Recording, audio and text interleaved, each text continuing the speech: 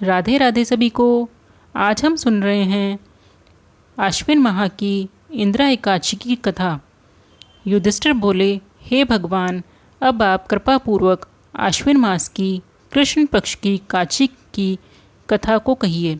इस एकादशी का नाम क्या है तथा इसकी विधि क्या है और इसको करने से कौन कौन से फल मिलते हैं, सो समझाकर कहिए।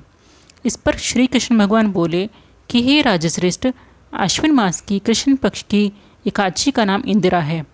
इस एकादशी के व्रत को करने से समस्त पाप नष्ट हो जाते हैं तथा नरक में गए हुए पितरों का भी उद्धार हो जाता है।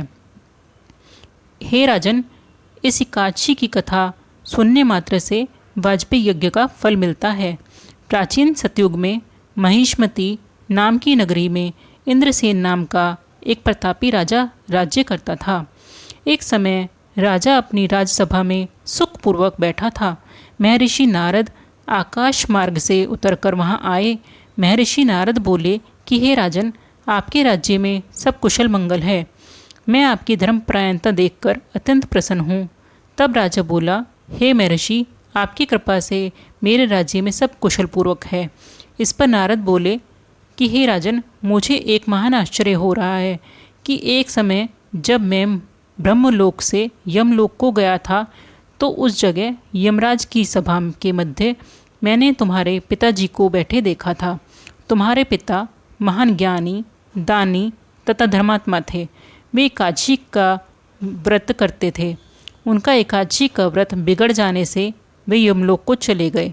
तुम्हारे पिताजी ने मुझसे समाचार भिजवाया है कि यदि मेरा पुत्र इंद्रसेन आश्विन मास के कृष्ण पक्ष की एकादशी का व्रत करे और उसका फल मुझे दे दे तो मेरी मुक्ति हो जाएगी और मैं इस लोक से छूटकर स्वर्गलोक में वास करूंगा। जब राजा ने महर्षि नारद जी के ऐसे वाक्य सुने तो उन्हें बहुत दुख हुआ और वह इंदिरा एकादशी के व्रत की विधि पूछने लगे। तभी नारद जी ने बताया कि आश्विन मास की कृष्ण पक्ष की दशमी के दिन प्रातःकाल श्रद्धा सहित स्नान करना चाहिए। इसके पश्चात दोपहर को भी स्नान करना चाहिए। उस समय जल से निकलकर श्रद्धापूर्वक पितरों का श्राद्ध करें और उस दिन एक समय भोजन करें और रात्रि में पृथ्वी पर शयन करें। इससे दूसरे दिन अर्थात एकादशी के दिन प्रातःकाल दातुन करें और स्नान करके इसके पश्चात भक्तिपूर्वक व्रत को धारण करें और ये कहें कि मैं आज निराहार रहूँगा और समस्त भोगों का त्याग करूँगा। इसके पश्चात कल भोजन करूँगा।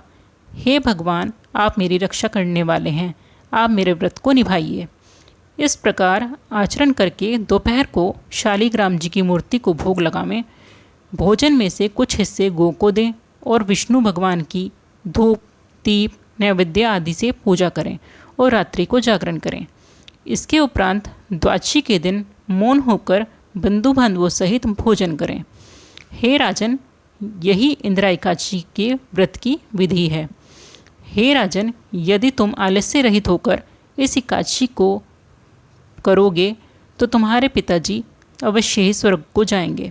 महर्षि नारद जी का यह उपदेश सुनकर वो प्रसन्न हो गए और महर्षि नारद जी अंतर्ध्यान हो गए। राजा ने इंदिरा एकादशी के आने पर उसका विधिपूर्वक व्रत किया। बंधु बांधव सहित इस व्रत को करने से आकाश से पुष्पों की वर्षा होने लगी।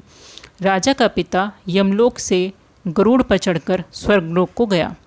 राजा इंद्रसेन भी एकादशी के व्रत के प्रभाव से इस लोक में सुख भोगकर अंत में स्वर्गलोक को गए। भगवान श्री कृष्ण कहने लगे कि हे धर्मराज युधिष्ठिर, यह मैंने तुम्हारे सामने इंदिरा एकादशी का महात्म का वर्णन किया है।